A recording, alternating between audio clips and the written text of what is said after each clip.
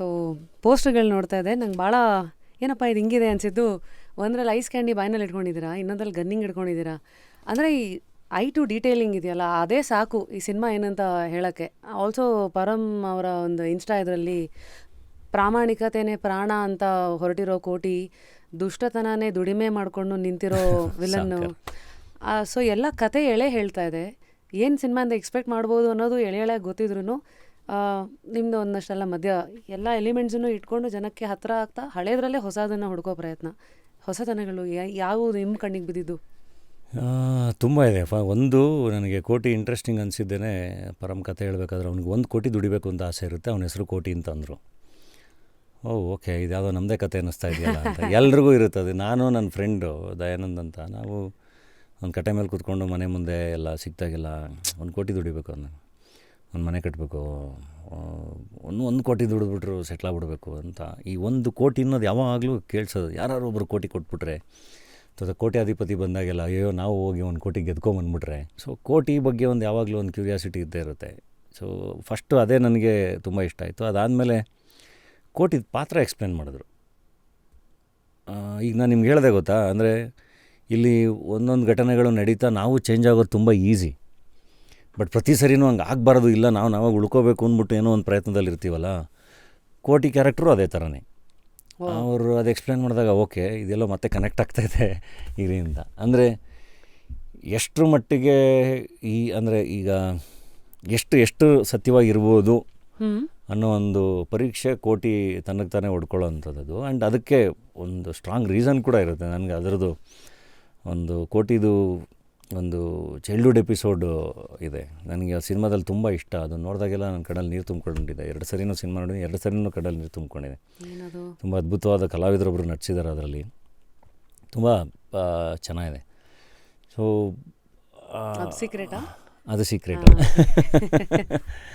So ಕೋಟಿ ಪಾತ್ರನೇ ಚೆಂದ, ಅವನ ಪಾತ್ರ ಆಗಿನೇ ಚೆಂದ. ಡೆಫಿನೆಟ್ಲಿ ನಿಮ್ಗೆಲ್ರಿಗೂ ತುಂಬ ಅಂದರೆ ತುಂಬ ಇಷ್ಟ ಆಗ್ತಾನೆ. ಆ್ಯಂಡ್ ನಿಮಗೆ ಥಿಯೇಟ್ರಲ್ಲಿ ಕೂತ್ಕೊಂಡು ಅಟ್ ಎನಿ ಮೊಮೆಂಟ್ ನೀವು ಏನು ಅನ್ಕೋತಿರ್ತೀರಲ್ಲ ಅದಾಗಲ್ಲ.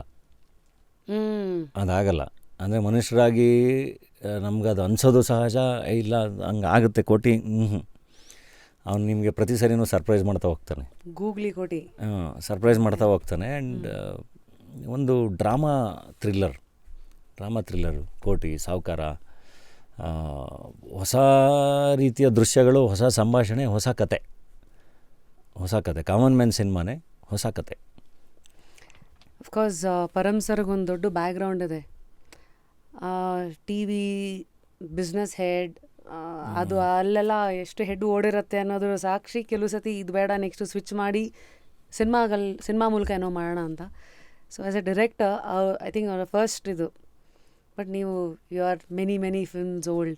ಸೊ ಈ ಕಾಂಬಿನೇಷನ್ನ ಫಸ್ಟ್ ಡೇ ಫಸ್ಟ್ ಶಾರ್ಟು ಅಥವಾ ಆ ಗೊಂದಲಗಳು, ದ್ವಂದ್ವಗಳು ಹೇಗಿತ್ತು? ಅದೇನು ಇರಲಿಲ್ಲ ಅಷ್ಟು. ಯಾಕೆಂದರೆ ಅವರು ಆಲ್ರೆಡಿ ಟಿ ವಿಲಿ ತುಂಬ ಕೆಲಸ ಮಾಡಿದಾರಲ್ವ. ತುಂಬ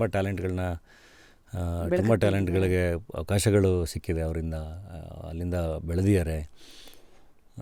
ಸೊ ಅದೊಂದು ದೊಡ್ಡ ಅನುಭವ ಅವರಲ್ಲಿತ್ತು. ಆ್ಯಂಡ್ ನನ್ನ ಬಡವರ ರಾಸ್ಕಲ್ ಜರ್ನಿಲಿ ಅವ್ರನ್ನ ನೋಡಿದ್ದೆ ನಾನು. ಅವರು ಏನಾದರೂ ಹೇಳಿದ್ರೆ ಅದನ್ನು ಹೆಂಗೆ ಅಚೀವ್ ಮಾಡ್ತಾರೆ, ಎಷ್ಟು ಕಮಿಟೆಡ್ಡು, ಎಷ್ಟು ಆನೆಸ್ಟ್ ಅಪ್ರೋಚ್ ಇರುತ್ತೆ, ಎಲ್ಲದನ್ನೂ ನೋಡಿದ್ದೆ. ಹಾಗಾಗಿ ಅವರು ತುಂಬ ಒಳ್ಳೆ ಫ್ರೆಂಡ್ ಕೂಡ ಆಗಿದ್ದರು ನನಗೆ. ಅಲ್ಲಿ ಬಡವರ ರಾಸ್ಕಲಲ್ಲಿ ನನಗೆ ಸಿಕ್ಕಿದೆ. ಆ್ಯಕ್ಚುಲಿ ನಮ್ಮ ಜರ್ನಿ ಶುರುವಾಗಿದ್ದೆ ಅಲ್ಲಿಂದ. ಅವ್ರು ಸಡನ್ನಾಗಿ ಕತೆ ಹೇಳಬೇಕು ಅಂದಾಗ ನಾನು ಓಕೆ ಇವರು ಇಷ್ಟು ದೊಡ್ಡ ಕೆಲಸ ಎಲ್ಲ ಬಿಟ್ಟು ಸಿನಿಮಾ ಮಾಡ್ತೀನಿ ಅಂತಿದಾರಲ್ಲ ಅಂತ ಒಂದು ಕಡೆ. ಆಮೇಲೆ ಓಕೆ ನಾವು ಒಂದು ಕಾಲದಲ್ಲಿ ಹಂಗೆ ಬಂದಿದ್ದವರಲ್ವ ಅಂತ. ಅದೊಂದು ಕತೆ ಹೇಳಬೇಕು ಅನ್ನೋ ಒಂದು ಡ್ರೈವ್ ಇದ್ದರೆ ಅದು ಯಾವತ್ತಾರು ಒಂದಿನ ಅದು ಹೇಳಲೇಬೇಕಿಲ್ಲ ಅಂದರೆ ಅದು ಒಳಗಿಟ್ಕೊಂಡು ಕೂರೋಕ್ಕಾಗಲ್ಲ. ಸೊ ಬಂದು ಕತೆ ಹೇಳಿದಾಗಲೂ ಅಷ್ಟೇ ನನಗೆ ಫಸ್ಟ್ ಟೈಮ್ ಕತೆ ಕೇಳ್ತಿದ್ದಂಗೆ ಇಷ್ಟ ಆಯಿತು. ಅಂದರೆ ಈಗ ಸೀರಿಯಲ್ಸು ಇದಕ್ಕೆಲ್ಲ ಕತೆ ಬರೆಯೋದು ಬೇರೆ, ಸಿನಿಮಾಗೆ ಹೆಂಗೆ ಅಪ್ರೋಚ್ ಮಾಡಿರ್ತಾರೆ ಅನ್ನೋ ಒಂದು ಕ್ಯೂರಿಯಾಸಿಟಿ ಇತ್ತು. ಬಟ್ ಸಖತ್ತಾಗಿ ಮಾಡಿದರು. ಆ್ಯಂಡ್ ಶೂಟಿಂಗ್ ಅಂತ ಬಂದ್ರೂ ಅವ್ರ ಎಳೆ ಏನು ಹೇಳಿದರು ನಮಗೆ ಹೇಳ್ಬೋದಾ? ಅದೇ ಕೋಟಿದು ರೆಡಿ ಆಗಿದೆ. ಕೋಟಿದು ಕತೆ ಹೇಳಿದ್ರು. ಅವ್ನಿಗೊಂದು ಕೋಟಿ ದುಡಿಬೇಕು ಅಂತ ಆಸೆ ಇರುತ್ತೆ. ಅವನ ಹೆಸರು ಕೋಟೀಶ್ವರ, ಅವನೊಂದು ಕುಟುಂಬ, ಸಾವುಕಾರ, ಅವನ ಹತ್ರ ಅವನು ಕೆಲಸ ಮಾಡಲೇಬೇಕು.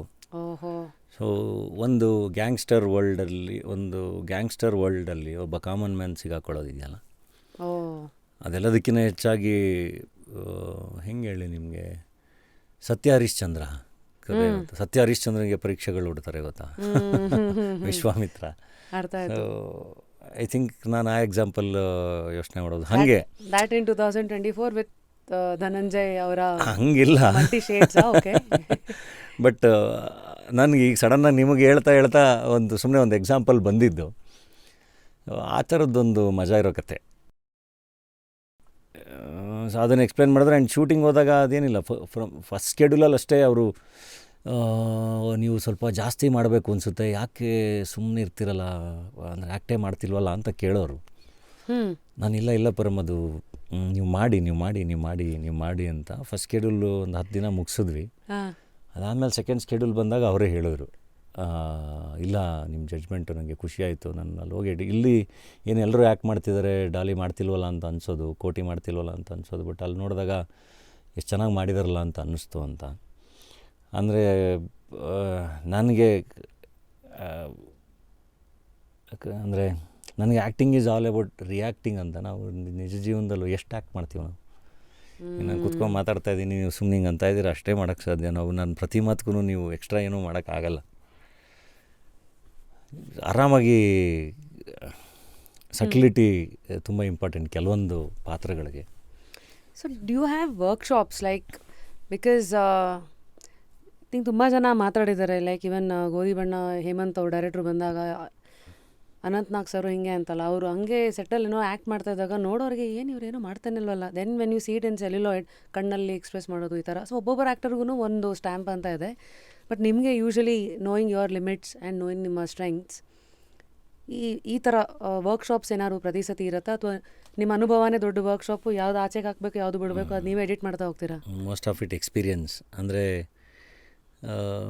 ಎಲ್ಲ ಅಂದರೆ ನಮ್ಮ ಅನುಭವಗಳು ಹೆಂಗೆ ಗೊತ್ತಾ, ಒಂದು ಅಂದರೆ ಹೆಂಗೆ ನಾವು ಸುಮ್ಮನೆ ಈಗ ಮೈ ಮರೆತು ಏನೋ ಮಾಡ್ತಿದ್ದಾಗ ಅಥವಾ ಒಂದು ಸಣ್ಣ ಅರಿವಿಟ್ಕೊಂಡು ಏನೋ ಮಾಡ್ತಿದ್ದಾಗ ಅದು ಬೇರೆ. ಅದು ಸೊ ಆ ಅರಿವೇ ಒಂದು ಎಕ್ಸ್ಪೀರಿಯನ್ಸ್ನ ಬೇರೆ ಥರ ನೋಡೋಂಗೆ ಮಾಡೋದು. ಈಗ ನಾವೆಲ್ಲ ರೋಡಲ್ಲಿ ಹೋಗ್ತಾ ನಡೆಯೋ ಏನೋ ಒಂದು ಘಟನೆ, ಅಥವಾ ಈಗ ನಾನು ಮೊನ್ನೆ ಹೇಳ್ತಾ ಇದ್ದೆ, ಈಗ ಟ್ರಾಫಿಕಲ್ಲಿ ನಾವು ಹೋಗ್ತಾ ಇರ್ತೀವಿ, ಮುಂದ್ಗಡೆ ಯಾರ್ದೋ ಒಬ್ರದ್ದು ಗಾಡಿ ಟಚ್ ಆಗಿರುತ್ತೆ ಅಂದ್ಕೊಳ್ಳಿ, ಅವರಿಬ್ಬರು ಹೊಡೆದಾಡ್ತಿರ್ತಾರೆ. ನಮಗೆ ಇವ್ರು ಗಾಡಿ ಸೈಡ್ಗೆ ಹಾಕ್ಲಿ, ಫಸ್ಟು ಯಾಕೆ ಹೊಡೆದಾಡ್ತಿದ್ದಾರೆ, ಇವರು ಬಗೆಹರಿಸ್ಕೊಳ್ಳಿ ಅಂತ. ಡೆಫಿನೆಟ್ಲಿ ಕಾಮನ್ ಸೆನ್ಸ್ ಅದು, ಗಾಡಿ ಸೈಡ್ಗೆ ಹಾಕ್ಕೊಂಡು ಅವ್ರ ಸಮಸ್ಯೆ ಸಾಲ್ವ್ ಮಾಡ್ಕೋಬೇಕು. ಬಟ್ ಅವ್ರ ಬದುಕಲ್ಲಿ ಎಷ್ಟು ಜಂಜಾಟಗಳಿರುತ್ತೆ, ಅವ್ರಿಗೆ ಅವರ ಗಾಡಿಗಳನ್ನ, ಒಂದು ಆಟೋನೋ ಒಂದು ಕ್ಯಾಬು ಆಗಿದೆ ಅಂದರೆ ಅವರಿಬ್ಬರೂ ತಮ್ಮ ಡೈಲಿ ಸಂಪಾದನೆಗೆ ಕೆಲಸ ಮಾಡೋರಲ್ವ. ಸೊ ಅವರಿಬ್ಬರಿಗೂ ಅದು ತುಂಬ ದೊಡ್ಡದಲ್ವ. ಅವ್ರ ಗಾಡಿ ಒಂದು ಎಮೋಷನ್ ಜೊತೆಗೆ ಅದೇನೋ ಡ್ಯಾಮೇಜ್ ಆಗಿದೆ, ಏನೋ ಆಗಿದೆ, ನಂದು ಇವತ್ತು ದುಡ್ಡು ಮೇಲೆ ಇಷ್ಟು ದುಡ್ಡು ಹೋಗಿದೆ, ನಾನು ಅದನ್ನು ಇಸ್ಕೋಬೇಕು ಇವನ ಹತ್ರ ಅಂತ, ಇವನು ತಪ್ಪು ಏನೋ ಒಂದು ಒಡೆದಾಟ ನಡೀತಿರುತ್ತಲ್ಲ. ಅದನ್ನು ನಾವು ಯಾವ ಥರ ಬೇಕಾದರೂ ನೋಡ್ಬೋದಲ್ವ. ಕಾರಲ್ಲಿ ಕುತ್ಕೊಂಡ್ಬಿಟ್ಟು ನೋಡಿ ಅದೊಂದು ಸ್ಕ್ರ್ಯಾಚಿಗೆ ಹೆಂಗೆ ಹೊಡೆದಾಡ್ತಾನೆ ನೋಡೋನು, ಸೈಡ್ಗೆ ಹಾಕ್ಕೊಂಡು ಹೋಗ್ಬೋದಲ್ವ, ತಲೆ ಕೆಡಿಸ್ಕೊಳ್ದಂಗಿಲ್ಲಿ. ಈಗೇನು ಅವ್ನು ದುಡ್ಡು ಕೊಟ್ಬಿಡ್ತಾನ ಅಂತ. ಅವನಿಗೆ ದುಡ್ಡು ಕೊಡ್ತಾನೋ ಬಿಡ್ತಾನೋ ಸೆಕೆಂಡ್ರಿ, ಬಟ್ ಅವನಿಗೆ ಆ ಟೈಮಲ್ಲಿ ಅವನಿಗೆ ಡ್ಯಾಮೇಜ್ ಆಗಿದೆ. ಅವನ ಪಾಪ ರಿಯಾಕ್ಟ್ ಮಾಡ್ತಾನೆ, ಅದು ಏನೂ ಮಾಡೋಕ್ಕಾಗಲ್ಲ. ಎಲ್ಲರೂ ನಮ್ಮ ಜಾಗದಲ್ಲೇ ಕುತ್ಕೊಂಡು ನಾವು ಹಾಗೆ ರಿಯಾಕ್ಟ್ ಮಾಡಬೇಕು ಅಂತ ಅಂದರೆ ಜಗತ್ತೆಲ್ಲ ನಾವು ಅಂದ್ಕೊಂಡಂಗೆ ಇರುತ್ತೆ. ಸೊ ಅವನ ಜಾಗದಲ್ಲಿ ಪ್ರತಿ ಸರಿನೂ ಅವ್ರವ್ರ ಜಾಗದಲ್ಲಿ ಹಾಕ್ಕೊಂಡು ನೋಡಬೇಕಲ್ಲ. ಸೊ ಹಂಗೆ ಅದೆಲ್ಲದೂ ಒಂದು ಎಕ್ಸ್ಪೀರಿಯೆನ್ಸ್ಗಳಲ್ವ. ಓಕೆ, ಅವನೇನೋ ಕೊಡ್ದಾಡ್ತಿದ್ದಾನೆ, ಅವ್ನು ಬೆಳಗಿಂದ ಸಂಜೆ ಏನಾಗಿರ್ಬೋದು, ಇವತ್ತು ಮನೆಗೆ ಹೋದ್ಮೇಲೆ ಅವ್ನಿಗೆ ಏನಾಗ್ಬೋದು, ಎಲ್ಲದೂ ಒಂದು ಯೋಚನೆ. ಅದು ನಿಮ್ಗೆ ಇಮ್ಯಾಜಿನೇಷನ್ಗೂ ಒಳ್ಳೆ ಇದು ಕೊಡುತ್ತೆ, ಜೊತೆಗೆ ನಿಮ್ಗೊಂದು ಎಕ್ಸ್ಪೀರಿಯೆನ್ಸ್ ಕೊಡುತ್ತೆ. ಅಥವಾ ಇಲ್ಲಿ ಯಾವುದೋ ಪುಸ್ತಕ ಓದಿದಾಗ ಇರೋ ಪಾತ್ರಗಳು, ಒಂದು ಬುಕ್ ಓದಿದ್ರೆ ನಿಮ್ಗೊಂದೊಂದು ಒಬ್ಬ ಇಡೀ ಲೇಖಕಂದು ಅಷ್ಟು ಅನುಭವ ದಗ್ದಂಗಲ್ವ ಆ ಪಾತ್ರ ಆಗಿ, ಅದೆಲ್ಲದೂ ನಾವು ದಕ್ಕಿಸ್ಕೊಳ್ತೀವಲ್ವ. ಹೌದು. ಸೊ ಈಗ ಆಲ್ಕೆಮಿಸ್ಟಲ್ಲಿ ಆ ಹುಡುಗನದು ಜೊತೆ ನಾನು ಕನೆಕ್ಟ್ ಆಗೋ ಜೊತೆ ಜರ್ನಿ ಮಾಡೋಕ್ಕೆ ಶುರು ಮಾಡಿಬಿಟ್ಟಿದ್ದೆ, ಅದು ಬುಕ್ ಓದ್ಬೇಕಾರೆ. ಸೊ ಆ ಹುಡುಗ ನಾನಾಗಿರ್ತೀನಲ್ಲ, ಅದು ನನಗೆ ಎಕ್ಸ್ಪೀರಿಯೆನ್ಸ್ ಅಲ್ವ ಅದು. ಹೌದು. ಸೊ ಹಂಗೆ ಅನುಭವಗಳು, ಅದು ನಿರ್ದೇಶಕರು ಕತೆ ಹೇಳಿದಾಗ ಇದೆಲ್ಲ ಅದು ಓಕೆ, ಆ ಪಾತ್ರ ಅವರು ಯಾವ ಅಪ್ರೋಚಲ್ಲಿ ಹೋಗ್ತಿದ್ದಾರೆ, ಆ ಪಾತ್ರದ ಫಿಲಾಸಫಿ ಏನು, ಅದು ಹೆಂಗೆ ಯೋಚನೆ ಮಾಡುತ್ತೆ ಅನ್ನೋದು ಕೂತ್ರೆ ಇನ್ನೆಲ್ಲ ಈಸಿ.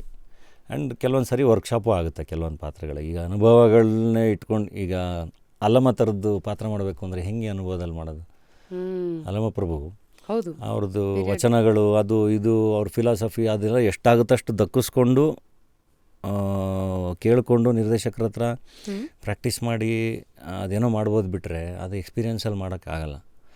ಸೊ ಅದಕ್ಕೆ ಅವತ್ತಿನ ಅಲ್ಲಮ್ಮ ಪ್ರಭು ನಾನು ಮಾಡಿರೋದು ಇವತ್ತು ಮಾಡಿದ್ರೆ ಮೋಸ್ಟ್ಲಿ ಇವತ್ತಿನ ಅಲ್ಲಮ್ಮನ ನಾನು ಅರ್ಥ ಮಾಡ್ಕೊಂಡು ಅದು ಇನ್ನೂ ಬೇರೆ ಥರ ಬರ್ಬೋದು. ಸೊ ಹಾಗೆ ಒಂದೊಂದು ಪಾತ್ರಗಳಿಗೆ ಒಂದೊಂದು ಸಿನಿಮಾಗಳಿಗೆ ಒಂದೊಂದು ಅಪ್ರೋಚ್. ಜೀವನದ ಒಂದೊಂದು ಅನುಭವ ಅದನ್ನ ಸಿನಿಮಾಗೆ ಹೇಗೆ ಹಾಕೋತೀರಾ ಹೇಳಿದ್ರಿ. ಅದು ನಮಗೆ ಗೊತ್ತಿಲ್ಲದಲೇ ಬರುತ್ತೆ, ನಿಮಗೆ ಗೊತ್ತಿಲ್ಲದಲೇ ಬರುತ್ತೆ ಅದು. ಈಗ ನೀವು ಇಷ್ಟೊಂದು ಮಾತಾಡ್ತಿರ್ತಿರಲ್ಲ, ನಿಮಗೆ ಗೊತ್ತಿಲ್ಲದಲೇ ನಿಮ್ದು ಯಾವುದೋ ಎಕ್ಸ್ಪೀರಿಯೆನ್ಸು ಟಕ್ ಅಂತ ನೀವು ಅದನ್ನೇ ಮಾತಾಡ್ತಿರಲ್ಲ, spontaneity ಅನ್ನೋದು ಅನ್ಸುತ್ತೆ. ಬರುತ್ತಲ್ಲ. ಹಾಗೆ ಆ್ಯಕ್ಟಿಂಗಲ್ಲೂ ನಿಮಗೆ ಗೊತ್ತಿಲ್ಲದಲೇ ಕೆಲವೊಂದು ಎಕ್ಸ್ಪ್ರೆಷನ್ಗಳು ಎಲ್ಲವೂ, ಕೆಲವೊಂದು ರಿಯಾಕ್ಷನ್ಗಳು, ಆ್ಯಕ್ಷನ್ ಎಲ್ಲದೂ ನಿಮಗೆ ಗೊತ್ತಿಲ್ಲದಲೇ ನಿಮ್ಮ ಅನುಭವಗಳಿಂದನೇ ಬರುತ್ತೆ. ಇದು ಹೆಂಗಾಯ್ತಂದರೆ ಒಬ್ಬ ರೈಟರ್ ಎಷ್ಟು ಓದ್ತಾನೋ ಅಷ್ಟು ಬರೆಯೋಕೆ ಈಸಿ ಆಗುತ್ತೆ. ಆರ್ ಜೆ ಎಷ್ಟು ನಾನು ಕೇಳಿಸ್ಕೊತೀನೋ ಮಾತಾಡೋಕ್ಕೆ ಬರುತ್ತೆ. ಹಾಗೆ ಆ್ಯಸ್ ಅನ್ ಆ್ಯಕ್ಟರ್ ಪ್ರಾಬ್ಲಿ ಎಷ್ಟು ಅಬ್ಸರ್ವ್ ಮಾಡ್ತಿರೋ ಅಷ್ಟು ಒಳಗೂ ಆಚೆ ಕೊಡೋಕ್ಕೂ ಬರುತ್ತೆ ಅಂತ. ಅಬ್ಸರ್ವೇಷನ್ ಆ್ಯಂಡ್ ಅಬ್ಸರ್ಪ್ಷನ್, ಎಷ್ಟು ಅಬ್ಸರ್ವ್ ಮಾಡ್ತೀವಿ ಅಂತ ನೋಡೋದು, ದಕ್ಕಿಸ್ಕೊಳ್ಳೋದು, ನುಂಗೋದು. ಇಲ್ಲೇ ಸುತ್ತಮುತ್ತದಿಂದನೇ ತಗೋಬೇಕು.